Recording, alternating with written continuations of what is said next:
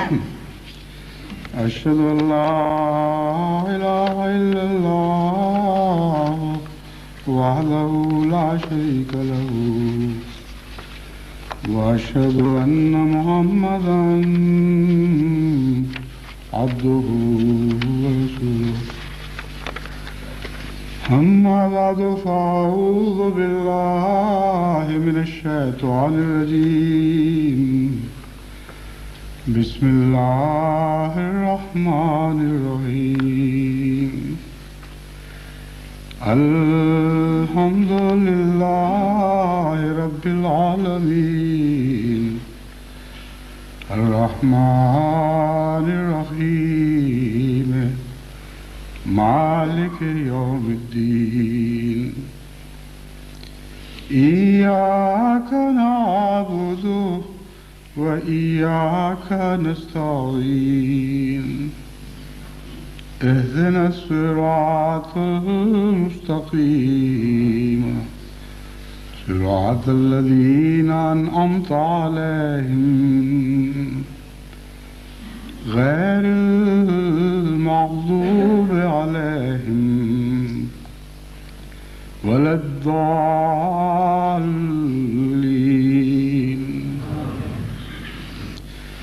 كل من عليها فان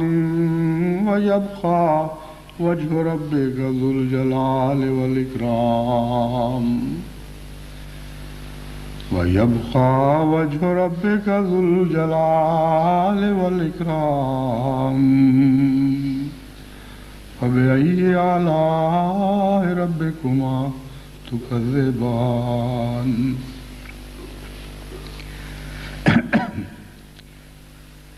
سورہ رحمان کی جن آیات کی میں نے تلاوت کی ہے ان میں ایک ایسا عظیم الشان دائمی اعلان کیا گیا ہے جس میں کوئی تبدیلی نہیں، اور توحید کا گہرا راز اس میں بیان فرمایا گیا ہے، اور خدا کے واحد اور احد ہونے کے باوجود مخلوقات سے اس کے تعلقات کا راز اس میں کھولا گیا ہے۔ کل من علیہا فان، ہر وہ چیز جو سطح عرض پر موجود ہے وہ مٹ جائے گی، باقی نہیں رہے گی، فان ہلاک ہونے والی ہے۔ وَيَبْقَى وَجْهُ رَبِّكَ ذُو الْجَلَالِ وَالْإِكْرَامِ، لفظی ترجمہ اس کا یہ ہے کہ تیرے رب کا چہرہ جو جلال اور اکرام والا چہرہ ہے صرف وہی باقی رہے گا۔ لیکن اس آیت کے ترجمے میں ترجمہ کرنے والوں کو دقت پیش آتی ہے اور اس لیے مختلف ترجمے پیش کیے جاتے ہیں۔ خدا کا چہرہ سے کیا مراد ہے؟ بعض لوگ اس سے ذات باری تعالیٰ میں مراد لیتے ہیں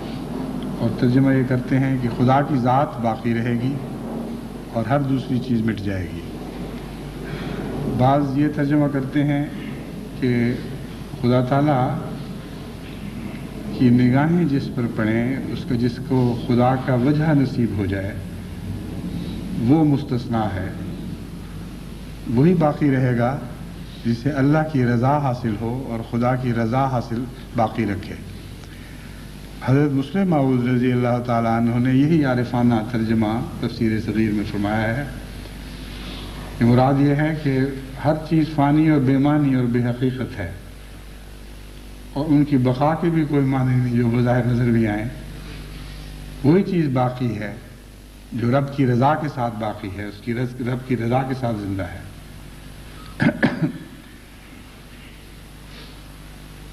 اس کے علاوہ اس میں ایک اور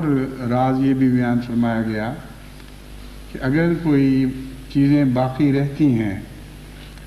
تو فی ذاتہ ہی باقی نہیں رہ سکتی۔ اللہ نے یہ استثناء کر کے متوجہ فرما دیا کہ ہم خدا کے سوا بھی تو بے انتہا وجود دیکھتے ہیں، اور مرنے کے بعد کی زندگی کا ہم سے وعدہ دے کیا گیا ہے، تو کل من علیہ فان سے کیا صرف یہ مراد ہے کہ اس دنیا سے مٹ کر ہر چیز ایک نئی زندگی میں داخل ہوگی؟ لیکن یہ مراد نہیں، مراد یہ ہے کہ اللہ کے ذات کے ساتھ جو اس کی وابستگی ہوگی اسے نئی زندگی ملے گی اور اسے بقا نصیب ہوگی۔ جسے خدا کا وجہ نصیب نہ ہو، وجہ سے مراد توجہ بھی ہے، رحمت، شفقت، پیار اور محبت کا تعلق، یہ ساری باتیں پیار کی توجہ میں داخل ہوتی ہیں۔ پس وجہ رب کا مطلب یہ ہوگا سوائے ان کے جن کو خدا کے پیار کی توجہ نصیب ہو، وہ فنا ہونے والے وجود نہیں ہیں، وہ ہمیشہ باقی رکھے جائیں گے۔ اس ان معنوں میں حضرت اقدس محمد مصطفیٰ صلی اللہ علیہ وآلہ وسلم سب سے اول اس آیت کا سے مراد ہیں، اور سب سے اول یہ آیت آپ حضور صلی اللہ علیہ وآلہ وسلم کی ذات ہی پر اطلاق پاتی ہے۔ آج جمعے کا مبارک دن ہے، 29 رمضان ہے، الوداعی جمعہ کہلاتا ہے، جمعۃ الوداع۔ اس جمعے کے آغاز ہی میں، یعنی جب سورج ڈھل گیا جمعرات کا اور اسلامی نقطۂ نگاہ سے جمعے کی رات شروع ہو گئی، اور جب انگریزی نقطۂ نگاہ سے بھی رات کے 12 بجے اور 1-2 منٹ اوپر ہوئے، اس وقت میری بیوی کو اپنے رب کا بلاوا آ گیا۔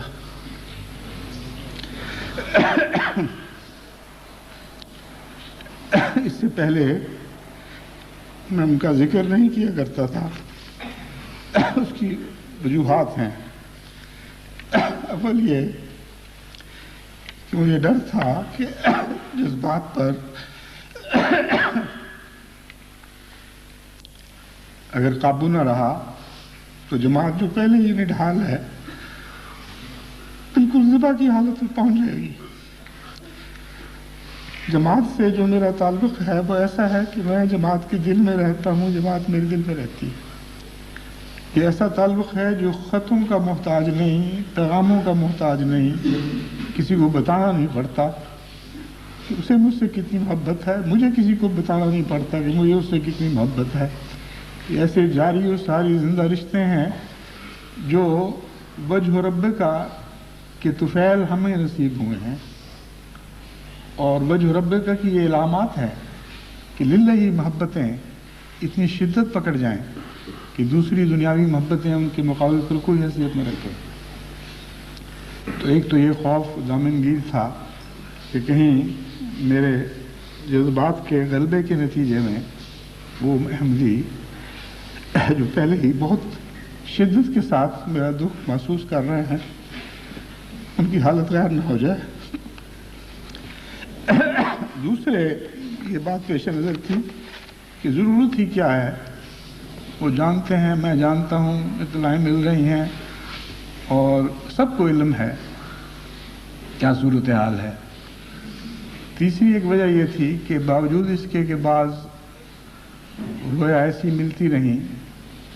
جن سے یہ خیال گزرتا تھا کہ شاید خدا تعالیٰ کی تقدیر شفا کی صورت میں ظاہر ہو، لیکن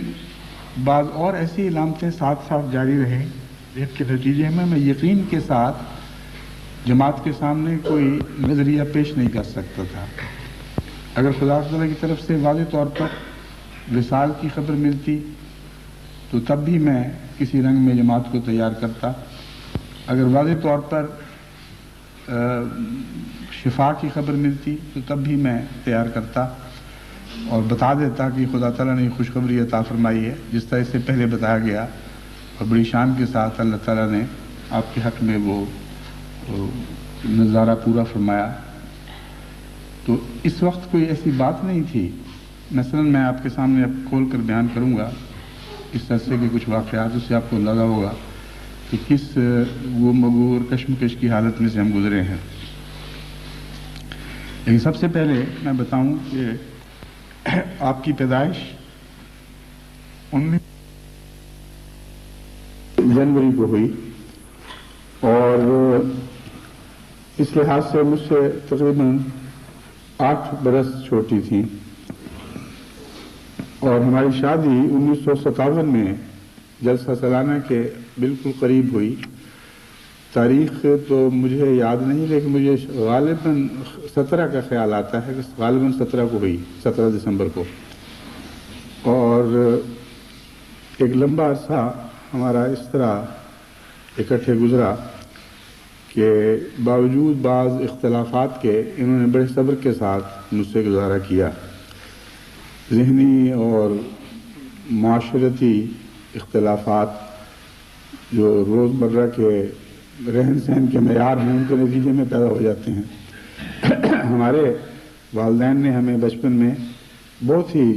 سادہ حالت میں رکھا اور نہایت غریبانہ حالت میں زندگی بسر ہوئی. باوجود اس کے کہ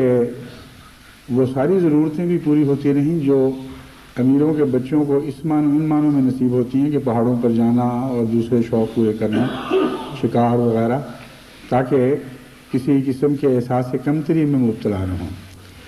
لیکن بالارادہ حضرت مسلم موعود نے ہمیں ٹف بنانے کی کوشش کی اور سادہ زندگی کی دوسروں کو تعلیم دیتے تھے. اپنے گھر میں بھی یہی تعلیم عملاً جاری تھی. ان کے ہاں معیار زندگی ہمارے ہاں کے معیار سے بہت اونچا تھا. جب ہمارے گھر آئیں تو ایک واقعی زندگی کے ساتھ بھی آئی گئیں اور جس کا روزمرہ کا گزارا بھی بہت ہی معمولی تھا. تو بہت تکلیف میں وقت کاٹا لیکن بڑے صبر کے ساتھ. کبھی مطالبے نہیں کیے. ساری زندگی میں اس پر یہ بوجھ نہیں ڈالا کہ وہ لاؤ جو تمہارے پاس نہیں ہے.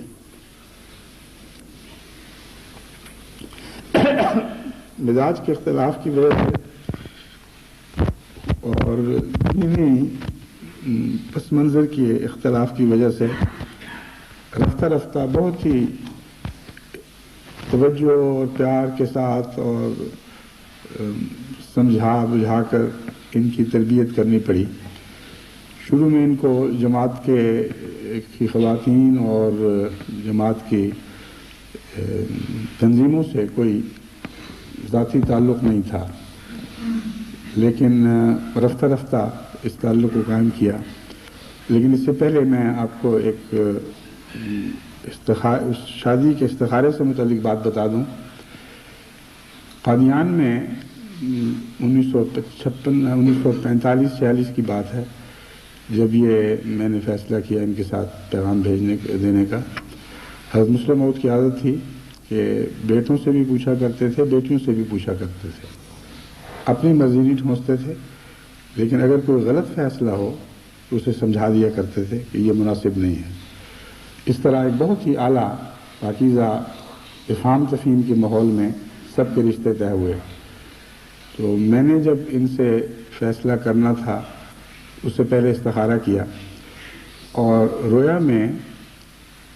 رویا کی حالت میں الہام ہوا، یعنی جاگتے ہوئے نہیں بلکہ رویا کی حالت میں.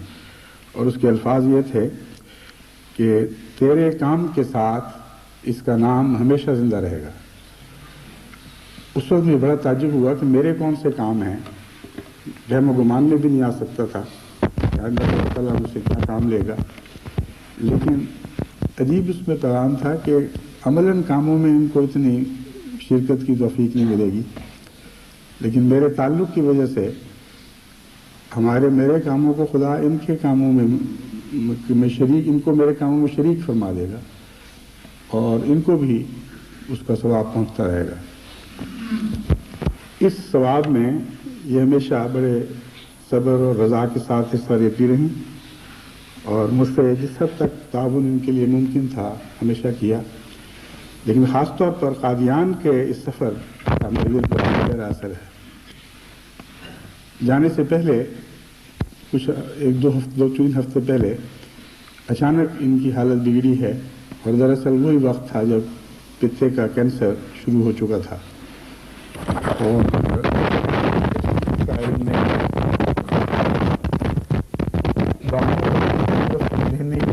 سمجھتے رہے اور ڈاکٹر دیا کہ قادیان کا سفر اختیار کیا پتہ نہ. میرے لیے یہ اس لیے ممکن نہیں تھا کہ اگر میں ان کو چھوڑتا تو ان کے مزاج کا مجھے علم تھا، یہ میری موجودگی کے بغیر دوسرے خیال کرنے والے ہاتھوں میں تسلی نہیں پا سکتی تھیں. پھر بہت دفعہ بسا اوقات ہوتا تھا کہ ایلوپیتھک دوائیاں کام نہیں کرتی تو مجھے ہومیوپیتھک دینی پڑتی تھیں اور خاص طور پر درد کے دوروں میں بہت زیادہ وہ مددگار ثابت ہوئیں. تو میں نے ان کے سامنے معاملہ رکھا کہ میں ٹھہر سکتا ہوں لیکن پھر قادیان کا پروگرام کینسل کرنا پڑے گا، اور ساری دنیا سے احمدی آ رہے ہیں، پاکستانی خصوصاً بڑی محبت اور شوق سے، ہندوستان کے کونے کونے سے، لیکن آپ پر فیصلہ ہے، آپ بتائیں کہ آپ ٹھہریں گی یا جانا چاہیں گی؟ انہوں نے کہا میں جاؤں گی۔ چنانچہ یہ جو قربانی تھی اس نے قادیان کا تاریخی جلسہ تصویر معنوں میں ہمارے ان سب کاموں میں شریک ہو گئیں جو نیکی کے کام ہمیں قادیان میں کرنے کی توفیق ملی، اور یہ احسان مجھ پر بہت بھاری ہے۔ قادیان کے دنوں میں جب بیماری شدت اختیار کرتی تھی اور درد سے تڑپتی تھی تو مجھے کہا کرتی تھی کوئی دوائی دو، میں بعض دوائیاں دیتا تھا، ایلوپیتھک دوائیاں بھی ساتھ جاری تھیں، مگر اس سے آرام نہیں پورا آتا تھا کیونکہ وہ کینسر کے نقطۂ نگاہ سے نہیں دی جا رہی تھیں۔ تو اللہ کے فضل سے بعض دفعہ تو چند منٹ کے اندر اندر سکون سے سو جایا کرتی تھیں، لیکن یہ دل میں بات جاگزی ہو گئی تھی کہ میری بیماری بہت گہری ہے اور ڈاکٹروں کو پتہ نہیں لگ رہا۔ مجھے کہتی تھی کینسر تو نہیں ہے، تو میں نے پھر جب ایک دفعہ دعا کی تو ایک عجیب رویا دیکھی جس کی وجہ سے مجھے تسلی ہوئی، لیکن بعد کے حالات سے پتہ چلا کہ اللہ کی خاص شان تھی، ایک خاص رنگ میں اس نے تسلی کا اظہار فرمایا،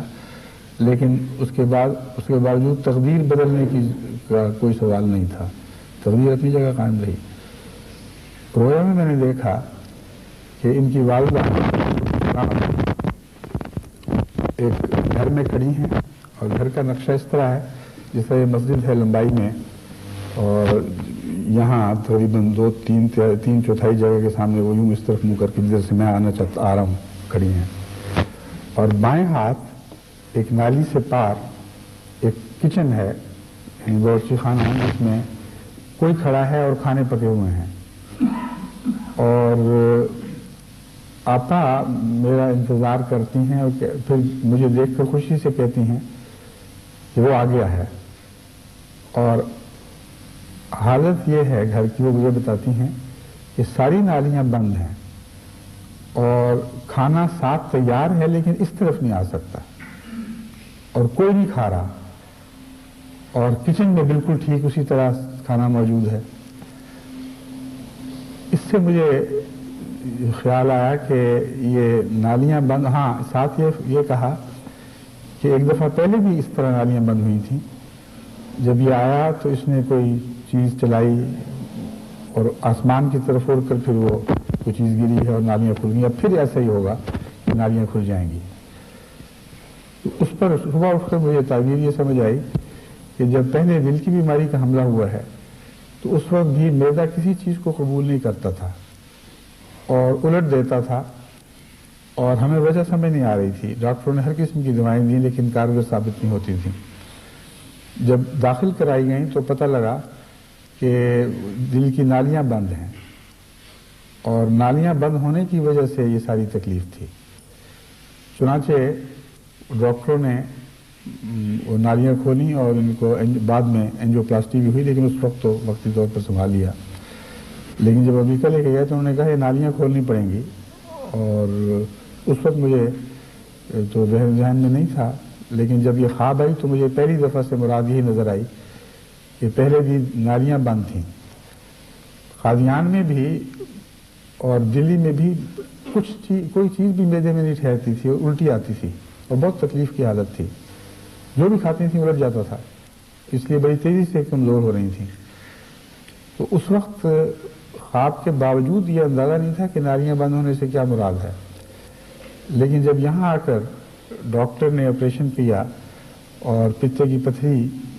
تشخیص کرتے ہوئے پتہ نکالنے کے لیے آپریشن کیا تو اس نے بغیر آپریشن کے پیٹ بند کر دیا، اور یہ مجھے اطلاع بھیجی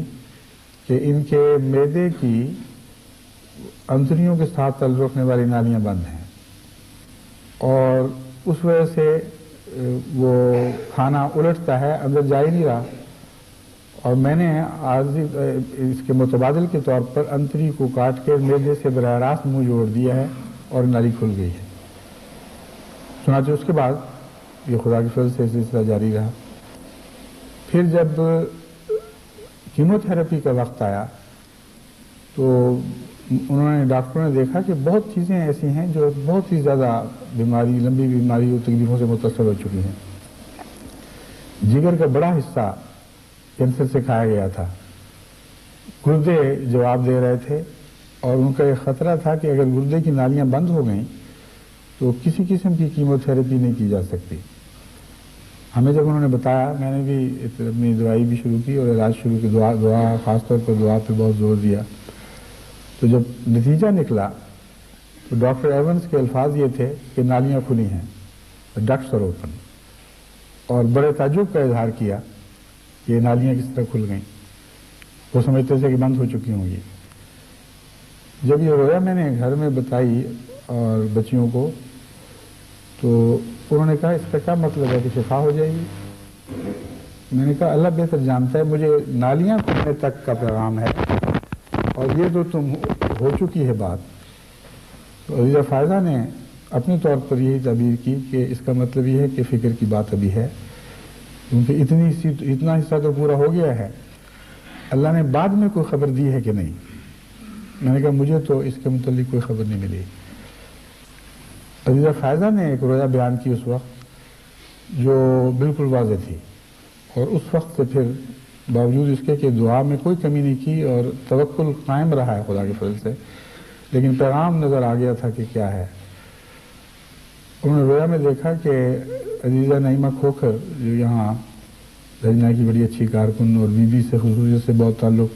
بہت خدمت کرتی رہی ہیں ہمیشہ ہر رنگ میں، وہ آئی ہیں اور بی فائزہ کو کہتی ہیں کہ آپ نے نظم پڑھنی ہے جلسے میں اور اس کے لیے میں آپ کو تیاری کرواؤں گی۔ تو فائزہ کہتی ہیں کہ مجھے دور اذن دو، میں اس میں سے نظم پڑھوں گی۔ تو وہ کہتی ہیں نہیں، دور اذن سے نہیں پڑھنی،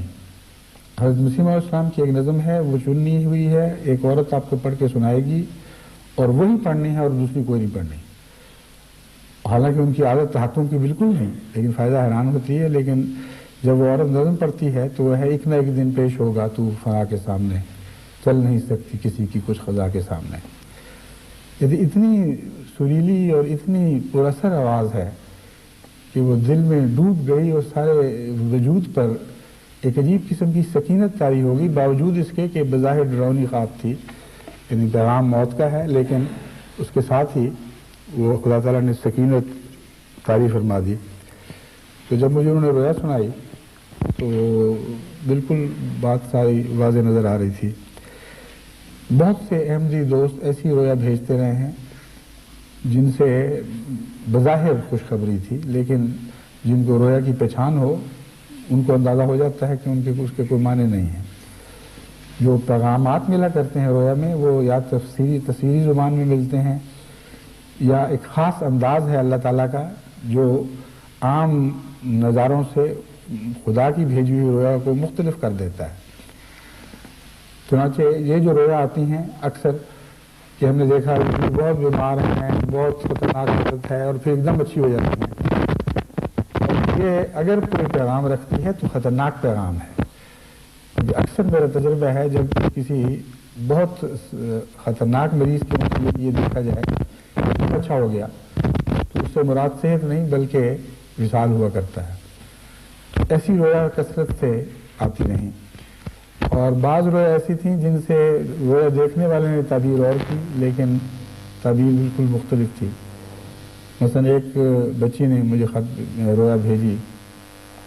کسی نے اپنی بیٹی کی رویا بھیجی کہ اس نے دیکھا کہ ایک جگہ اجتماع ہے لجنا کا، وہاں ایک غیر احمدی عورت اس پر یہ اعلان کرتی ہے کہ اشتہار میں اعلان آیا ہے کہ مرزا طاہر احمد کی بیوی فوت ہو رہی ہیں۔ میں کہتی ہوں اپنی امی سے کہ اس کے نیچے یہ لکھا ہوا نہیں، اس نے سنایا آپ کو کہ الیس اللہ بکافٍ عبدہ، کیا اللہ اپنے بندے کے لیے کافی نہیں ہے؟ اس رویا کی بھی عزیزہ فائزہ نے تعبیر سمجھ لی اور مجھ سے کہا کہ عبدہ سے یہ سن کر مجھ سے اشارتاً بات کی کہ حضرت مسیح علیہ السلام کے والد کے وصال کی جب خبر تھی تو آپ کے متعلق تھا، اللہ صلی اللہ علیہ وسلم، جانے والے کے متعلق نہیں تھا، جس سے میں سمجھ گیا کہ ان کو پیغام مل گیا ہے۔ تو بعض لوگ سمجھتے ہیں کہ رویا یوں ہی بیکار ہے، یا ہم نے تو یہ تعبیر کی تھی اور وہ نکلی، لیکن امر واقعہ یہ ہے کہ رویا کا علم ایک بڑا گہرا علم ہے اور بہت ہی سائنٹیفک علم ہے۔ اس میں اندرونی گہرے روابط پائے جاتے ہیں اور خدا تعالیٰ کے کلام کی نشانیاں پائی جاتی ہیں۔ حضرت مسیح علیہ السلام فرماتے ہیں کہ بنا سکتا نہیں ہرگز بشر ایک پاؤں کیڑے کا، تو پھر کیوں کر بنانا، نور حق کا اس پہ آساں ہے۔ اور حقیقت یہ ہے کہ الہی پیغامات ایک خاص رنگ رکھتے ہیں اور ان کی اپنی ایک پہچان ہے، مگر علاوہ ازیں بعض دفعہ پیغام الہی ہوتا ہے لیکن تعبیر نہیں سمجھ آ رہی ہوتی، اس میں حکمتیں بھی ہوتی ہیں۔ مجھے اپنی اس رویا کی حکمت یہ سمجھ آئی کہ جس میں نالیاں کھلنے تک کی بشارت ہے، آگے نہیں تھی، کہ بیوی مجھ سے روزانہ پوچھتی تھیں کہ آپ نے کوئی رویا دیکھی، اور ہمیشہ کہا کرتی تھیں میں آپ کی دعا سے اچھی ہوں گی۔ اس پر میں بالکل بے بس تھا، جب خدا کی طرف سے کوئی واضح بشارت ہی نہیں تھی تو میں کیا کہتا۔ اس سے ان کا دل ڈوبتا تھا اس بات سے کہ مجھے کوئی بشارت نہیں ہوئی۔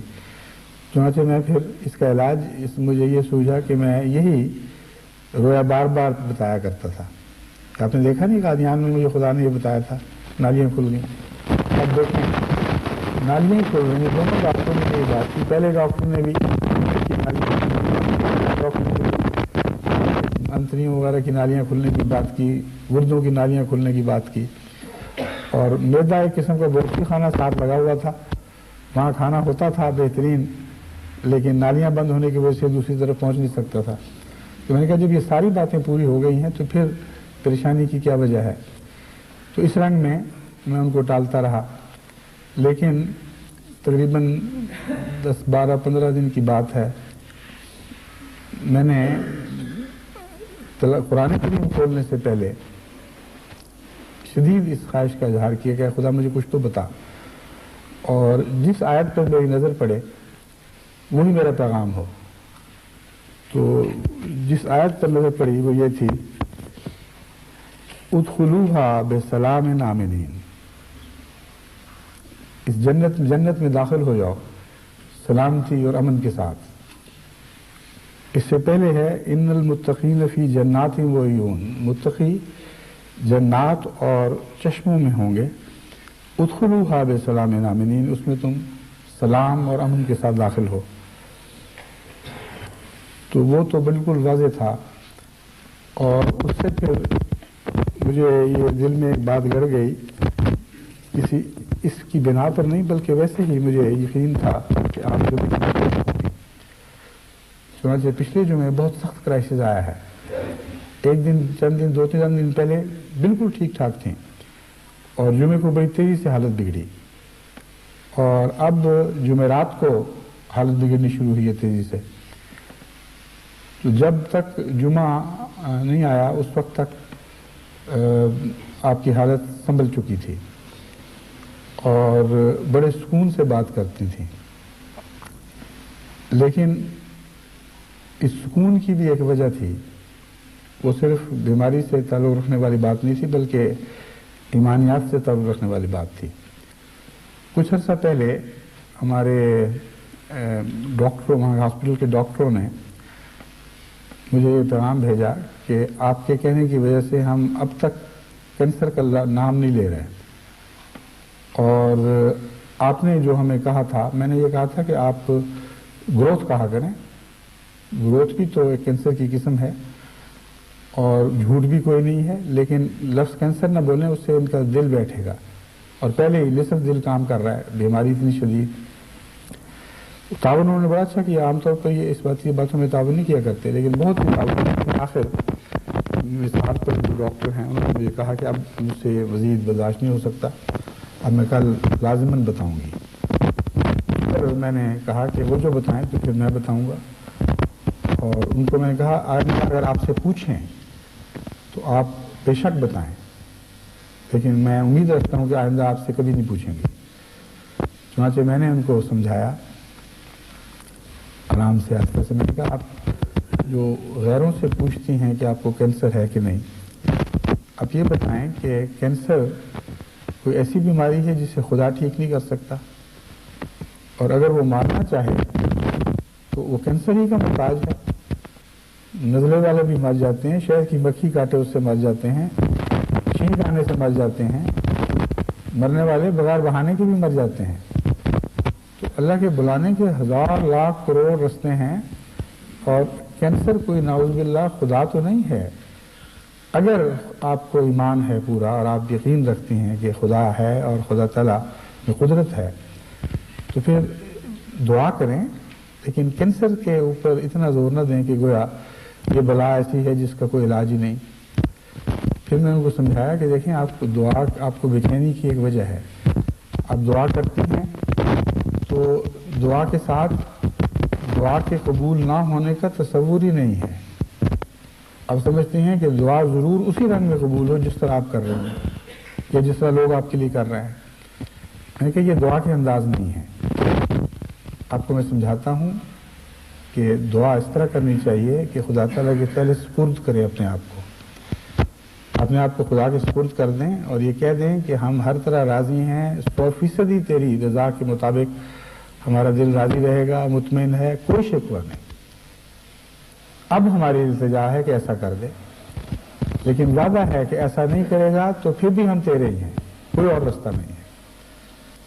پھر میں نے ان کو سمجھایا کہ دیکھیں میں بھی تو جاؤں گا، ہم میں سے ہر ایک نے جانا ہے، یہ تو ایسی چیز ہے جو اٹل ہے۔ بچوں کے نام لیے گھر مہمان ٹھہرے ہوئے تھے، میں نے کہا ان میں سے ہر ایک پر ایک ایسا وقت آئے گا کہ وہ بستر آخری جان کے نہیں کی حالت میں بستر پر ہوگا۔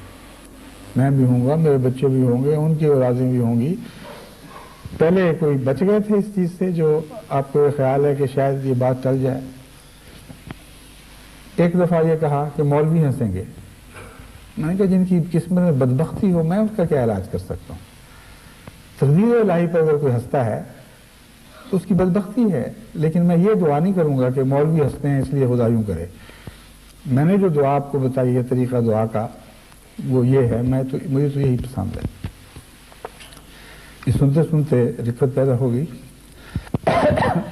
ہاتھ سے باہر میں کہا بس کریں، بس بہت ہو گئی۔ پھر کہا میں خدا سے معافی مانگتی ہوں، میں خدا سے معافی مانگتی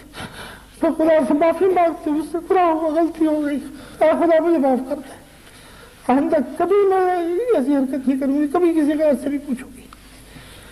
اور اس عہد پر آخری دم تک قائم رہی، یہاں تک کہ مس ہارپر نے کل کسی کو کہا حیرت سے کہ عجیب بات ہے کہ جب تک میرا کام انہوں نے ان سے بات نہیں کی، کوئی مجھے نہیں پتا کیا بات کی ہے، سب بے چین تھے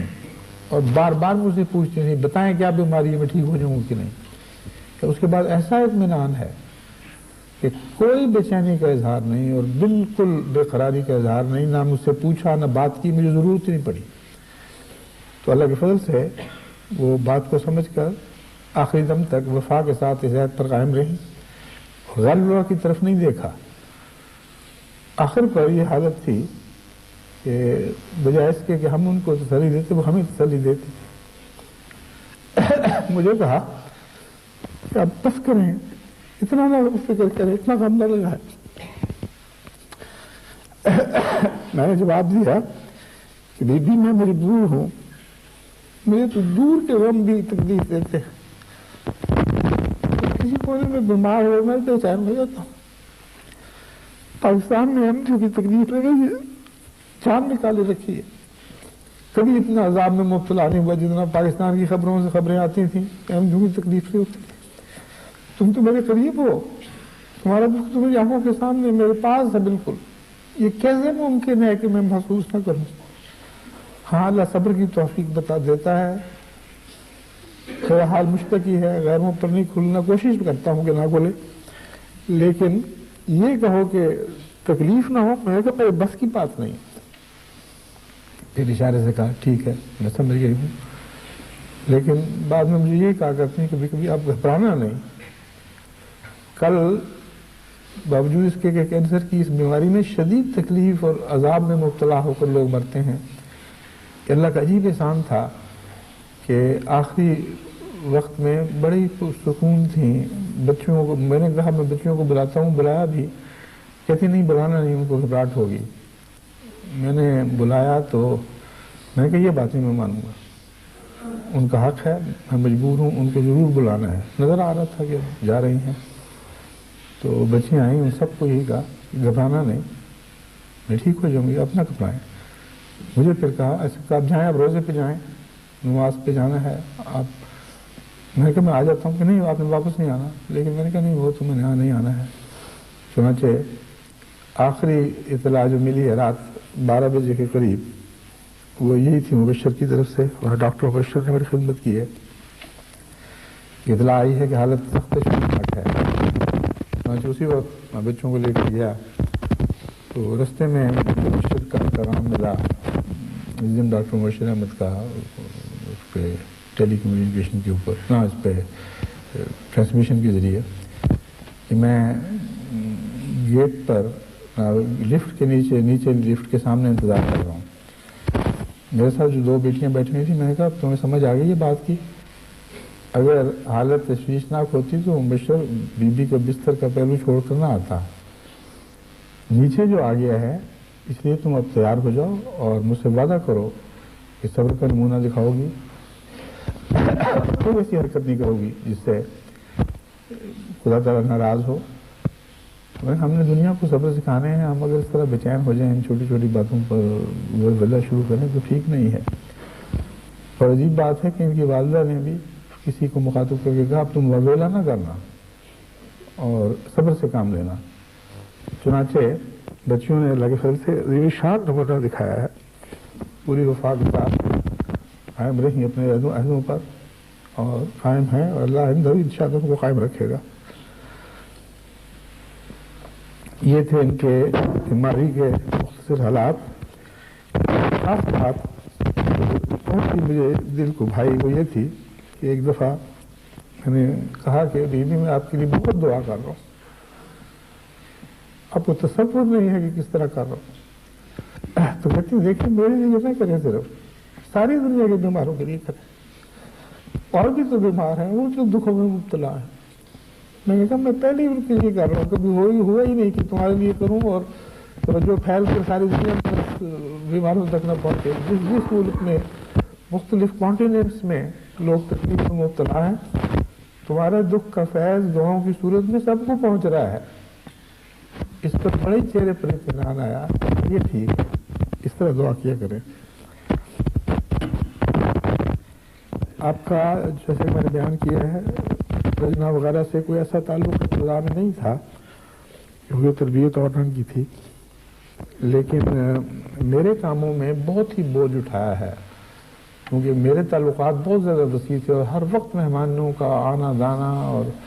میٹنگز ہونی گھروں میں، اور میرا بے وقت گھر سے باہر نکل جانا. صبح ایک سفر پر روانہ ہوا کہ رات کو آ جاؤں گا، وہاں سے آگے بنگال چلا گیا، کئی دفعہ 2 ہفتے بعد 3 ہفتے بعد لوٹا. لیکن کبھی بھی عدم تعاون کا اظہار نہیں کیا، یہ شکوہ نہیں کیا کہ آپ مجھ سے یہ کیا کرتے ہیں، وہ یہ چھوڑ کے چلے جاتے ہیں، اور بتاتے بھی کچھ نہیں. اور بہت سی ایسی باتیں تھیں جو میں خلصلے کے کام کیا کرتا تھا اور گھر میں اشارتاً بھی ذکر نہیں کرتا تھا. یہ شکوہ کبھی کیا کرتے تھے کہ باقیوں کو پتہ ہے، آپ مجھ سے ہی راز رکھتے ہیں، صرف مجھ سے فلاں نے پوچھا کہ آپ نے فلاں کام کیا، فلاں جگہ گئے، مجھے نہیں بتایا. میں نے کہا میں تو جماعتی کاموں کو اور گھر کے معاملات کو الگ الگ رکھتا ہوں، اور میں پسند نہیں کرتا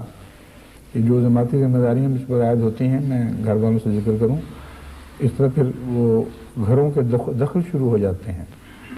اور تبصرے اور بہت سے باتیں میرے کاموں میں اس طرح غلط اثر پڑنے کا خطرہ ہے. تو اس بات کو پھر قبول کیے رکھا. ہمیشہ وفات کے دن تک کبھی بھی جماعتی کاموں میں دخل اندازی کی نہ کوشش کی، نہ مجھ سے جستجو کی، نہ مشورے دیے. اگر معمولی مشورے دیے ہیں تو مثلاً 41 کو ٹھیک کرنا ہے، مہمان آتے ہیں وہاں بہت گندی حالت میں ہے، وہاں کام بھی کیا جا کے، لیکن رفتہ رفتہ جماعت کی خواتین سے تعلق بہت بڑھ گیا، خاص طور پر ہجرت کے بعد تو بہت وسیع تعلق ہوا ہے۔ آسٹریلیا میں، فجی میں، سنگاپور میں، جہاں جہاں گئیں، پھر کانٹیننٹ یورپ کے کانٹیننٹ کے سب ممالک میں، کینیڈا میں، امریکہ میں، بہت ہی انکساری کے ساتھ خواتین سے ملتی تھیں، اور یہ ایک ایسی خوبی تھی جو فطرتاً ودیعت ہوئی تھی، اس میں کوئی تکلف نہیں تھا، کبھی بھی اپنے آپ کو کسی معنوں میں بھی بڑا نہیں سمجھا، اور ہر ایک سے برابر محبت سے، پیار سے ملتی تھی۔ خاص طور پر انگلستان کی خواتین سے تو بہت ہی تعلق تھا، اور کہا کرتی تھی کہ بہت ہی احسانات ہیں ان کے، بہت خدمت کی ہے، لیکن یہ تکلیف تھی کہ کسی بھی بیماری کی حالت میں نہیں مل سکتی ان سے، تو کیا کروں، مجھ سے برداشت نہیں ہوتا کہ اس حالت میں لوگ آگے مجھے دیکھیں، اس لیے میں اچھی ہوں گی تو پھر ملوں گی، ان کو پیغام دے دو کہ میرے دل میں قدر ہے، میں احسان فراموش نہیں ہوں، میں جو روکتی ہوں مجبوری ہے میری، چنانچہ میں جس حد تک بھی ہم سے ہو سکا لجنہ معلوم کو پیغام بھیجے کہ بیوی کے متعلق غلط تصور نہ کریں، نعوذ باللہ من ذالک، آپ سے عدم تعلق کی وجہ سے نہیں بلکہ تعلق کی وجہ سے ہے، اور بہت چند تھے جن کے ساتھ اتنی بے تکلفی تھی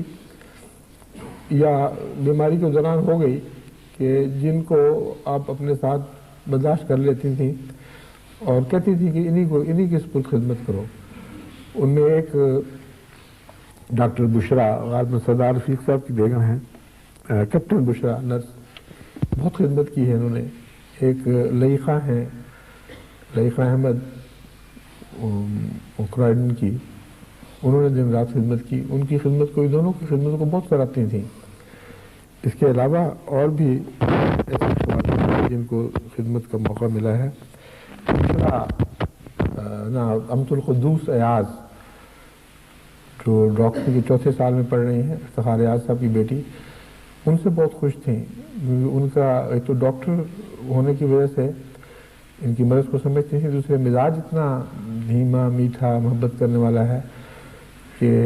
بہت ہی پیار کے ساتھ ان کو سمجھاتی تھیں اور اس سے بہت خوش رہتی تھیں۔ اور کئی دفعہ قدوس مجھے بتاتی تھی کہ آپ پہلے آتے تو حیران ہو جاتے کتنا اچھے موڈ میں مجھ سے باتیں کرتی رہیں، اپنی پرانی باتیں بتاتی رہیں، جو سفر کی آپ کے ساتھ، یہ وہ سارے قصے کرتی رہیں۔ تو ان 3 خواتین کو بہت ہی غیر معمولی خدمت کی توفیق ملی ہے۔ اس کے علاوہ ہمارے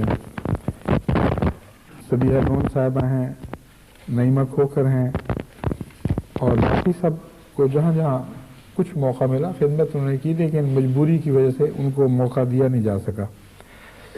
باہر سے جو آئے ہیں، پہلے تو میں بہت روکتا رہا، میری طبیعت پہ بوجھ پڑتا تھا کہ لوگ آ جائیں، اور خاص طور پر اس لیے کہ ان کو اپنی ذہانت کی وجہ سے فوراً پتہ لگ جاتا کہ کوئی بات ہو گئی ہے جو لوگ آ رہے ہیں، مگر بہرحال بہنوں بھائیوں کا حق ہے، میں اس کو روک نہیں سکتا تھا، چنانچہ بہت مشکل سے ذہنی طور پر تیار کیا کہ میں نے روک دیا، کیا ضرورت ہے آنے کی۔ پھر کہا کہ اچھا وہ بہت اصرار کر رہے ہیں، کہتے ہیں ہمارا دل چاہتا ہے ملنے کو، کیوں آپ کیوں روکتے ہیں؟ تو پھر میں اجازت دے دوں۔ شروع میں تو کہتی تھی نہ دو اجازت، لیکن آخر بار بار میرے مختلف طریق سے کہنے پر آمادہ ہو گئی۔ پھر ان کی ہماری عزیزہ شاہدہ نسیم، ان کے بھائی نسیم کی بیوی اور نسیم دونوں آ گئے، سبیہ آ گئیں جو ان کی بڑی بہن ہیں، فوزیہ بھی چند دن ہوئے پہنچ گئیں۔ میری بہنوں نے بہت زور دیا، مگر میں نے کہا کہ نہیں، مناسب نہیں ہے، آپ لوگ ٹھہریں۔ اپنی بہنوں کی تو اور بات ہے، میری بہنیں بھی پہنچنی شروع ہو گئیں تو ان کو خطرہ ہوگا کہ بہت زیادہ معاملہ سنگین ہو گیا ہے۔ لیکن امت الجمیل اور باجی امت القیوم جو میری بڑی باجی ہیں اور مظفر صاحب کی بیگم ہیں، یہ یہاں پہنچ گئی تھیں، کل ہی پہنچیں اور ملاقات ہو گئی، دیکھ لیا۔ یہ تھا ان کا عرصہ حیات اور بیماری کا دور،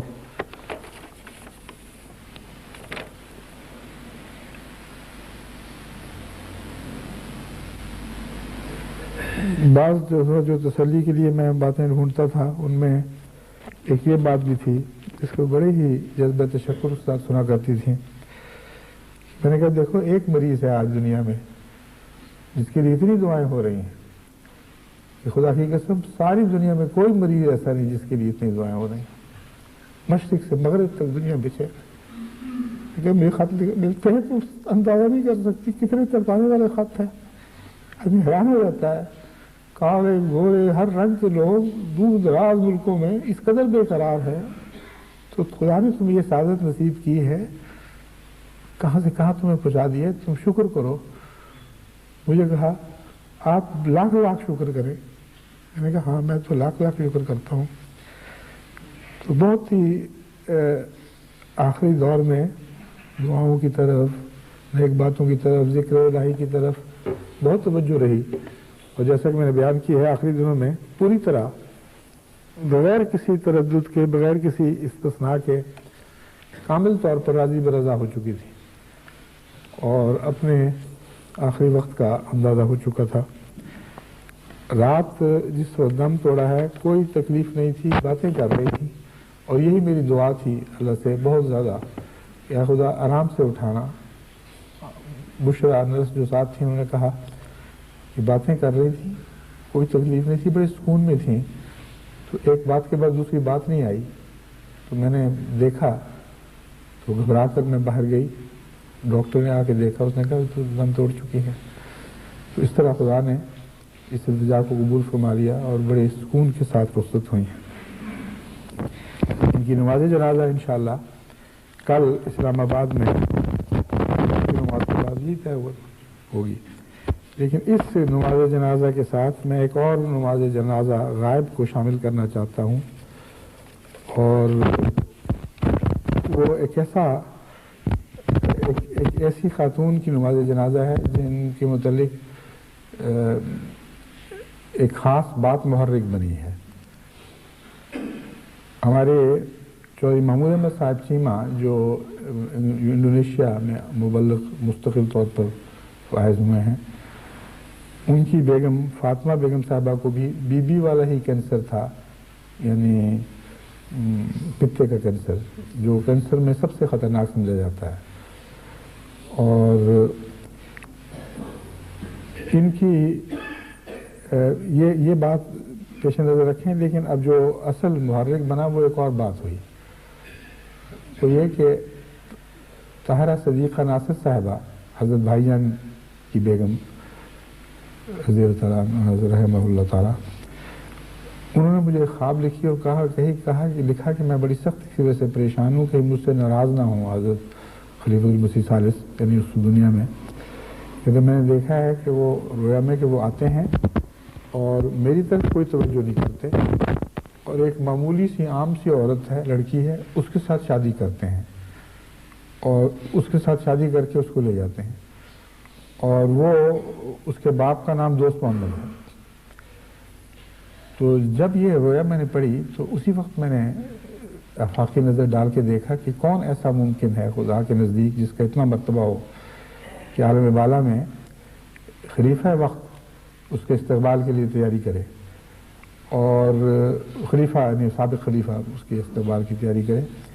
اور ویسے دیکھنے میں معمولی سے انسان ہو. تو میں نے ان کو تعبیر تو اسی وقت لکھ دی. جب میں نے نظر ڈالی تو مجھے یہی نظر آئی فاطمہ بیگم. میں نے لکھا کہ فاطمہ بیگم کے وصال کی خبر ہے آپ کے لیے پریشانی کی کوئی بات نہیں اور ان کو ملیں میری طرف سے عیادت کریں اور سلام پہنچائیں. چنانچہ وہ گئیں اور مجھے تعجب بھی کیا کہ آپ نے کیسی تعبیر کی ہے. اصل بات یہ ہے کہ وہ ایک بہت ہی فدائی اور غیر معمولی صابرہ واقف زندگی عورت تھی. خاوند نے وقف کیا 41 سال شادی میں سے کے عرصے میں سے صرف 11 سال کٹھے رہنا نصیب ہوا اور 30 سال جدا رہے اور نہایت غربت کی حالت میں زندگی بسر کی. ساری عمر شادی کے 41 سال کوارٹروں میں بسر ہوئی. ان کی 4 بچیاں ہیں ان کو بڑھانا ان کی دیکھ بھال سب خود کی. شادیاں بھی ان کی خود کی اور خامن تو ایک الگ دنیا میں بسنے والے انسان تھے، ان کا اپنی بیوی اور بچیوں کے سود و زیاں سے گویا کوئی بھی تعلق نہیں تھا، اور کلیتاً ذمہ داری انہوں نے قبول کی۔ میری پہلے ان سے واقفیت وقف جدید میں ہوئی جب میں وہاں ہومیوپیتھی کیا کرتا تھا، تو کوارٹر کے اکثر مریض وہاں آتے تھے۔ یہ فاطمہ بیگم بھی اپنی ایک بچی کو لے کے آئیں جن کو الرجی کی بڑی تکلیف تھی، غالباً طیبہ چیمہ تھیں یا امۃ الحمید یا بشرا یا سمینہ، مجھے یاد نہیں، سمینہ تو نہیں تھی، وہ بہت چھوٹی ہیں، طیبہ اور امۃ الحمید میں سے کوئی تھیں، غالباً طیبہ تھیں۔ بہت میں نے علاج کیے، پڑھ نہیں تھیں ایم ایس سی میں یا بی ایس سی میں، سائنس کی اسٹوڈنٹ تھیں، مگر میرے علاج سے کوئی فائدہ نہیں ہوا، لیکن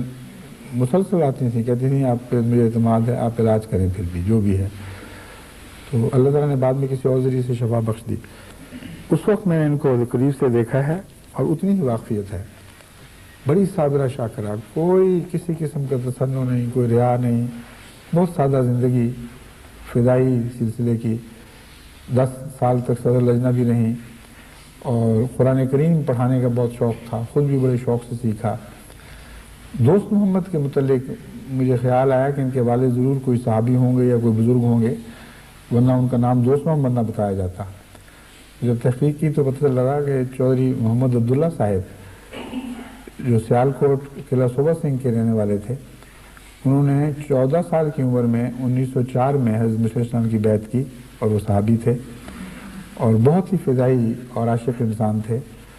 اکثر زندگی کا حصہ وہی عمارت کے صدر امیر رہے، اور گھٹیالیاں کالج بنانے میں بھی انہوں نے بڑی محنت کی۔ یہ اس دور کے لوگ ہیں جن میں پٹواریوں میں ولی پیدا ہونا بہت شاذ کی بات ہوا کرتی تھی، لیکن حضرت مسیح علیہ السلام کی صداقت کا یہ بھی ایک نشان ہے کہ پٹوار خانوں سے اولیاء پیدا کر دیے۔ اور ان کی بھی 4 بیٹیاں تھیں، فاطمہ بیگم کی بھی 4 بیٹیاں، اور میری بھی 4 بیٹیاں۔ تو جب میں نے غور کیا تو یہ سارے تعلق قریب آ گیا، اور بیماری بھی وہی تھی۔ تو میں نے سوچا تھا، ان کے پہلے ہی آ گیا تھا، مجھے قوائف وغیرہ پہلے مل چکے تھے، مگر چونکہ مجھے یہ بعض رویا وغیرہ کی وجہ سے، اور یہ جو میں نے ذکر کیا ہے ادخلوها بسلام آمنین کی خوشخبری سے، دل میں یقین تھا کہ اب دن قریب ہیں، اس لیے میں نے سوچا کہ ان کا جنازہ بھی بیوی کے جنازے کے ساتھ ہی پڑھاؤں گا، ایک جنازہ حاضر اور ایک جنازہ غائب، اور ساتھ واقفین کو یہ تلقین کرنے کا بھی بہانہ ہاتھ آ جائے گا کہ اس کو وقف کہتے ہیں۔ خاوند نے وقف کیا، اور کامل وفا کے ساتھ بیوی نے اپنی ساری زندگی کی جوانی دین کی حضور پیش کر دی، اور سارے دکھ خود اٹھائے، اور خاوند کو بے فکر کر کے دین میں چھوڑ دیا۔ اس کے برعکس آج کے زمانے میں ایسے واقفین ہیں جن کی بیویاں جب وہ باہر آتے ہیں اور جماعت کے صدقے ان کو مقامی نیشنلٹی ملنے نظر آنے لگتی ہے تو آنکھیں پھیر لیتے ہیں، اور بیویاں اس میں ذمہ دار ہوتی ہیں بڑی حد تک۔ اپنے خاندان لوگ کہتی ہیں اب کیا ضرورت ہے، بس ٹھیک ہے، اپنی نیشنلٹی لو، وظیفے لو، اپنے بچوں کو یہاں تعلیم دلاؤ، جماعت میں کیا رکھا ہے۔ اگر نہیں بھی کہتی تو عملاً یہی ہے۔ مجھے تحریک جدید کی طرف سے بعض لوگوں نے یہ متنبع کیا کہ آپ اس معاملے میں بہت زیادہ سہولت دے رہے ہیں، بہت زیادہ نرمی کر رہے ہیں، واقفین کو ان کی بیگمات کے ساتھ سب کو اجازت ہے، اور پھر لمبا عرصہ وہاں ٹھہرے رہتے ہیں، تو اس سے تو خطرہ ہے، وہ بھاگ جائیں گے۔ تو میں نے ہمیشہ ان کو جواب دیا کہ جو خدا کے ہیں وہ خدا کے پاس رہیں گے، جو نہیں ہیں وہ بھاگ جائیں گے، مجھے ان کو رکھنے کی ضرورت نہیں ہے۔ جو خدا کا ہے وہ نہیں بھاگ سکتا، اس کا آخری سانس خدا کے قدموں میں ہوتا ہے، اور وفا کے ساتھ وہ خدمت دین پر قائم رہتا ہے، یہ وقت وہ کرتا ہے۔ تو کئی لوگ ایسے آئے چلے گئے، وہ سمجھتے ہیں ہم چلاکیاں کر گئے ہیں، مگر وما یخدعون الا انفسهم، وہ چلاکیاں کر رہے ہیں اپنے نفسوں کے خلاف، دھوکہ دے رہے ہیں تو اپنے وجودوں کو، اپنی اولاد کو، ان کی زندگیاں برباد کر رہے ہیں، کچھ بھی نہیں رہا ان کا، نہ دین رہا نہ دنیا رہی۔ تو یہ گھاٹا کھانے والے لوگ ہیں۔ وفادار اور کامل وفادار ہی ہے جس کا وقت قبول ہوتا ہے، اور اس ضمن میں بیویاں ایک غیر معمولی کردار ادا کر سکتی ہیں، اور یہ وہ ہیں جن کے متعلق تاریخ خاموش رہ جاتی ہے۔ تو آپ لوگ متعجب نہ ہوں کہ کیوں میں نے ان کا خصوصیت سے آج ذکر کیا ہے۔ میں یہ بتانا چاہتا ہوں کہ احمدیت کی تاریخ میں کچھ ابواب ہیں جو سیاہی سے لکھے جا رہے ہیں کتابوں پر، کچھ ان کے پس منظر میں روشنائی سے لکھے جانے والے ایسے ابواب بھی ہیں جن کو ظاہری آنکھ نہیں دیکھ رہی۔ کتنی قربانی کرنے والی عورتیں ہیں جنہوں نے اپنے خامدوں کے ساتھ اپنی جوانیاں ڈھال دیں اور زندگی کے آرام تج دیے، اور بڑے صبر کے ساتھ اپنے دکھوں کو اپنے حد تک اپنی چھاتیوں میں محفوظ کیے ہوئے وہ وفا کے ساتھ سلسلے کی خدمت پر قائم رہیں، عہد بیعت پر قائم رہیں، عہد وقف پر نہ صرف قائم رہیں بلکہ خامدوں کو قائم رکھا، اور جب ان میں کمزوری آئی اٹھ کھڑی ہوئی اور کہا خبردار، یہ وہ رستہ ہے جس سے واپسی کا کوئی سوال نہیں ہے۔ تو ان کا بھی تو تاریخ میں ذکر آنا چاہیے۔ میں نے سوچا کہ اب وقت ہے، صرف میری بیوی کا حق نہیں، اور وقت میں زندگی ہیں جن کی بیویاں ہیں جنہوں نے بڑی بڑی قربانیاں، بہت زیادہ قربانیاں کی ہیں، ان کا بھی حق ہے کہ تاریخ ان کے ناموں کو زندہ رکھے اور ان کے لیے دعائیں کی جائیں۔ صرف مشکل یہ ہوتی ہے کہ عورتوں کے معاملات میں بعض دفعہ جب باقاعدہ اکٹھی کی جائیں، قواعد اکٹھے کیے جائیں تو مبالغہ، میزی، کو مقابلے، کچھ ریاکاریاں شروع ہو جاتی ہیں۔ اس لیے میں ابھی تک ایسا نہیں کہا، لیکن دوسرے جن کے علم میں ایسی مخلص خواتین آتی ہیں جو فوت ہو چکی ہوں یا بھی زندہ ہوں، ان کو چاہیے کہ وہ ان کی تاریخ محفوظ کر کے وہ تحریک جدید کو بھجوائیں تاکہ ان کے نام بھی کتابوں میں دعاؤں کی خاطر لکھے جائیں۔ جہاں تک اللہ تعالیٰ کا تعلق ہے وہ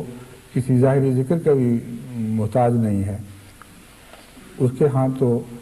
ان واقفین کی یہ پاک مقدس بیویاں بھی وقف کے طور پر ہی شمار ہوں گی، اور ان کا فیض انشاءاللہ ان کی آئندہ نسلوں کو پہنچتا رہے گا۔ اس کے بعد اب میں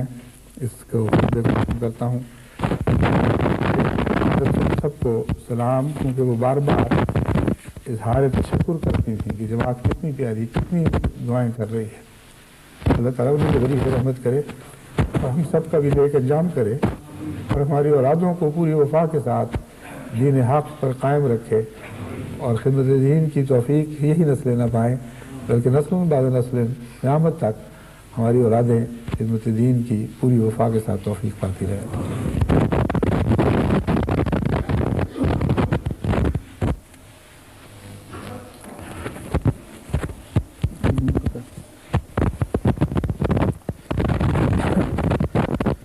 مجھے پریس سیکرٹری صاحب نے کہا کہ پاسپورٹ پر تاریخ پیدائش 21/1/35 لکھی ہوئی ہے، لیکن وہ غلطی سے لکھی گئی تھی اور پھر ٹھیک نہیں ہو سکتی تو وہی چل رہی ہے، مگر اصل تاریخ پیدائش 36 ہے، کیونکہ جو پہلا پاسپورٹ ہے میرے پاس پڑا ہوا ہے اس پر 36 ہی لکھی ہوئی ہے، بعد میں کسی وجہ سے غلطی ہو گئی۔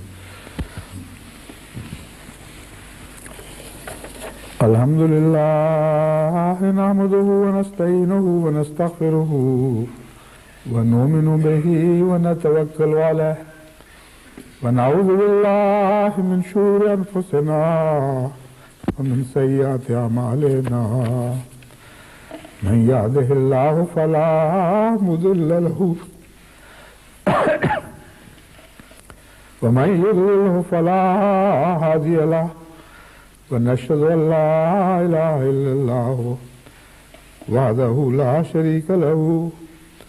ونشهد أن محمدا عبده ورسوله عباد الله رحمكم الله إن الله يأمر بالعدل والإحسان إن الله يأمر بالعدل والإحسان وإيتاء ذي القربى وينهى عن الفحشاء والمنكر والبغي يعظكم لعلكم تذكرون يعظكم لعلكم تذكرون اذكروا الله يذكركم وادعوه يستجب لكم ولذكر الله أكبر